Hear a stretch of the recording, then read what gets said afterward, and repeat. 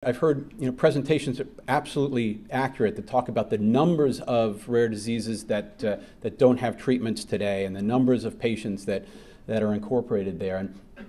And the way Genzyme always approached this was not about the numbers of the diseases or even the numbers of the patients. It was about the individual patient, and that's why we rebranded this division of Genzyme as personalized genetic health. All of it is about the individual patient. In thinking about those patients as an individual, again, it's absolutely the core of what Genzyme is.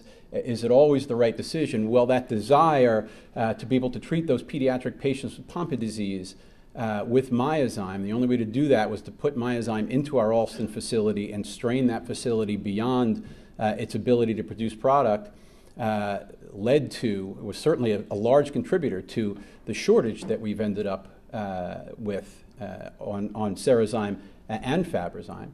So ultimately, we weren't able to serve patients the way we had hoped. Obviously, it left us in a position where having a partnership with Sanofi was the way for this company to remain viable. But at the same time, we built, for 30 years now, we built a company based on that individual patients matter, and we're going to partner with individual patients in a very, very deep and very, very meaningful way.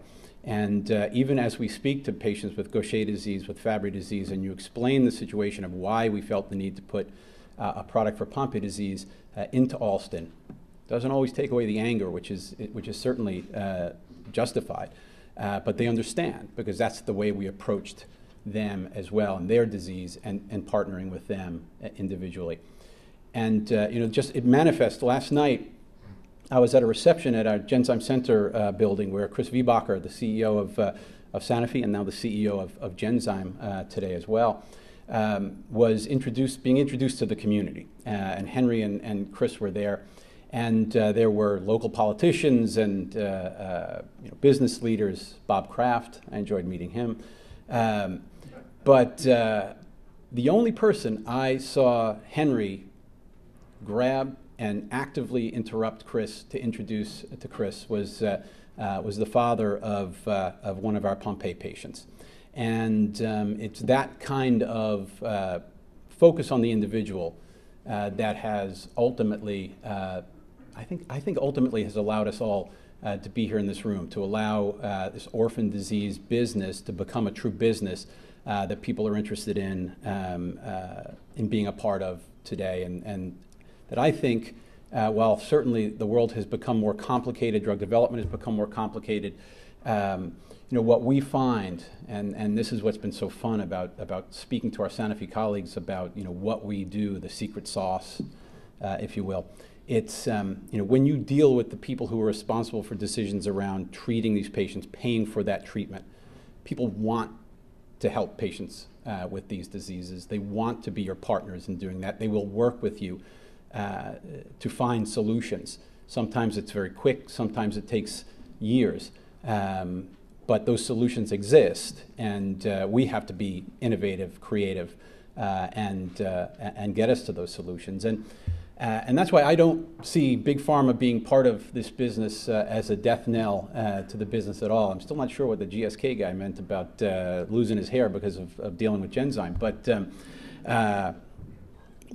it's when I talk to Chris Viehbacher, what he's trying to do is transform Sanofi.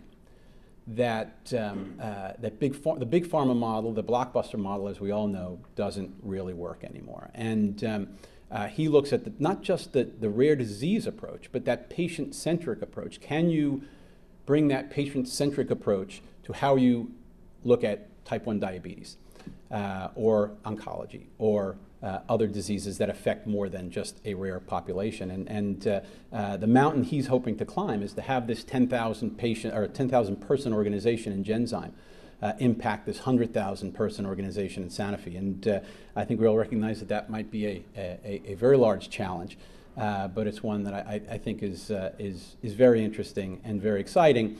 And the one commitment that he's been most vocal about is this commitment to a patient-centric approach patient-centric approach that Genzyme has, that Genzyme as a brand, if you will, as a company, will continue to exist, that patients recognize what Genzyme has done for them, and I think Genzyme has a very bright future, and I think all of us in this room, if we continue to think innovatively, and now that Henry's not part of Genzyme anymore, he's out there, Emil's out there, trying to find new ways to get drugs developed faster and serve patients better, and I think with that, I think we do have a very bright future ahead. So that'll allow me to skip about half of the slides I have in my presentation here. Certainly when you think about Ceridase, you see that all of the hallmarks in that.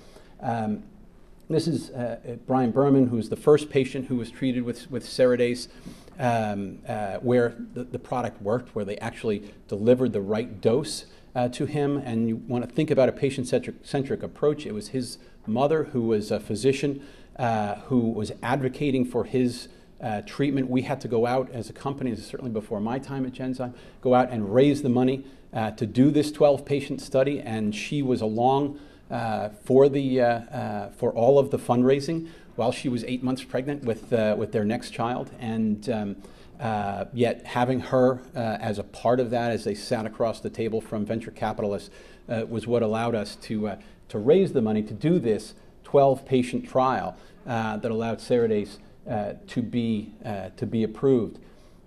Of course, to treat one patient for 1 year with Ceridase, remember this is an enzyme that was extracted from human placentas. It was 20,000 live births to develop product for one patient. People said the only side effect of Ceridase is 20,000 new kids in the world. But so obviously Ceridase wasn't the long-term answer for us, and if you go to the next slide, in 1994, we had Cerezyme approved, and that was obviously the recombinant version. Then in 1997 in Europe. Again, speaking to the difficulty of manufacturing Ceridase, it was actually with some irony. We continued to produce Ceridase because there were a small number of patients in the world who could not benefit from Cerezyme. And we continued to make Ceridase until we found other solutions for them. We actually had the last lot of Ceridase. We were treating 6 patients. Over the course of this year, or end of last year and this year, we found a solution for them. And the last vial of Ceridase, or last lot, expired a week before the deal closed with Sanofi, which is some strange irony. But when you make an investment in a disease like Genzyme has in Gaucher, and you do what we did, continuing to produce Ceridase, continuing to produce Cerezyme, go to 100 countries, treat patients when you identify them because you have a responsibility to do that, go to the Amazon and build an infusion center there because that's the only way these patients are going to be able to be infused. It's that kind of a deep commitment to that disease area. That's what we've got to talk about constantly here, and that's what we need to do to be successful here. And that means you develop the 3rd generation product for Gaucher disease as well, which is elaglustat, which is now in phase 3. Certainly not a 12-patient study to get there, actually 3 studies that we have ongoing, 2 registration trials to have elaglustat approved. But this is an oral small molecule, and the phase 2 data suggests that this has the same kind of efficacy that Cerezyme has, which is the bar that we've used for this. And we believe that it's absolutely important. And some people say, well, why would you want to cannibalize your own market? Well, there are clearly, there's an opportunity to cannibalize our market. We have patients who've been treated with Cerezyme going for infusions every other week for 20 years. To relieve them of that burden and give them an oral product, that's being patient-centric. We have 1,000 patients in our registry who aren't accessing treatment for whatever reason. They can't get an IV infusion. This is a product that can potentially help them. As we go deeper and deeper into the emerging world, it is more and more difficult to deliver IV enzyme replacement therapy to these patients. We believe there are 20,000 Gaucher patients out in the world. There are about 6,000 or so who are treated today. There's a very significant market opportunity out there for us as well. But at the core of it, we're doing what's right for patients. So next slide, please. Actually, we'll go 2 or 3 slides. I'm probably running out of time here. Next slide. Fill that in. So again, this is a patient in Argentina who's treated with elaglustat in our phase 2 trial.